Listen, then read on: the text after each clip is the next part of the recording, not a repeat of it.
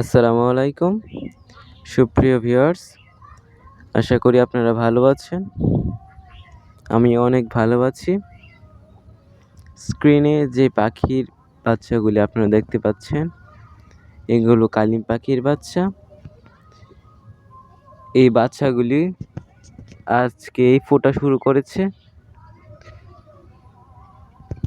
আর আজকেই দেখুন কীরকম চঞ্চল প্রকৃতির মনে হচ্ছে, নিচে নেমে ছোটাছুটি করছে।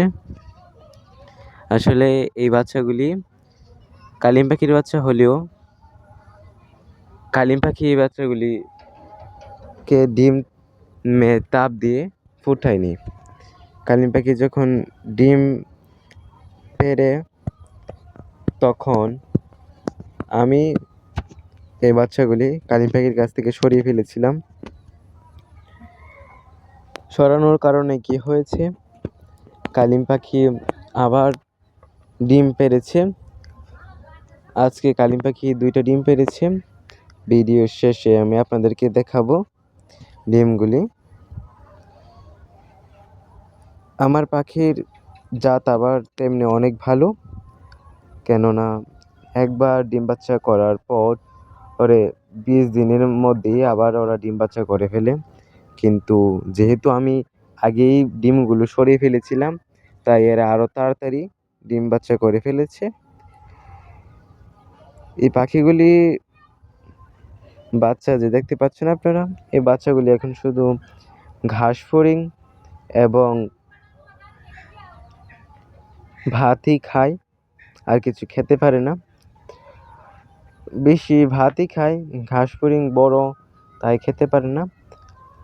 ঘাস ফড়িং খেলে এদের শরীরটা খুব তাড়াতাড়ি গ্রোথ করবে এবং অনেক শীঘ্রই বড় হয়ে যাবে।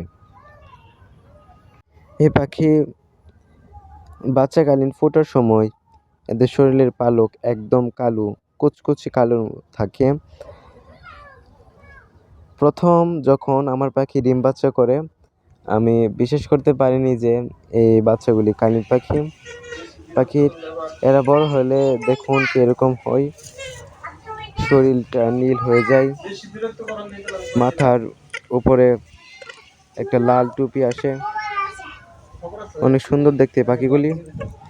আর আপনারা স্ক্রিনে তো দেখতেই পাচ্ছেন আমার পাখি 2টা ডিম পেড়েছে। সত্যি কথা বলতে কি, আমার পাখি না বলতে গেলে আমার ঘরে যত পাখি আছে সব পাখি এই পাখিটা ডিম পেড়েছে। এখন যে খাঁচার মধ্যে 2টা ডিম নিয়ে বসিয়েছিল, এই পাখিগুলি পেড়েছে।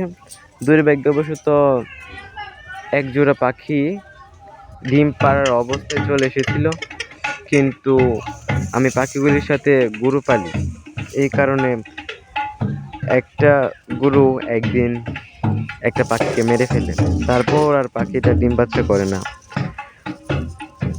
তো যাই হোক, আর ভিডিও বড় করতে চাই না। আপনারা যারা কালিম পাখি কিনতে চান, আমার সাথে যোগাযোগ করে কালিম থেকে কিনতে পারবেন। স্ক্রিনের নাম্বারে যোগাযোগ করবেন। আর আমি কালিম পাখি সম্পর্কে যে কোনো তথ্য দিয়ে থাকি, যে কোনো তথ্য চাইলে আমার সাথে যোগাযোগ করবেন। সবাই ভালো থাকবেন। আসসালামু আলাইকুম।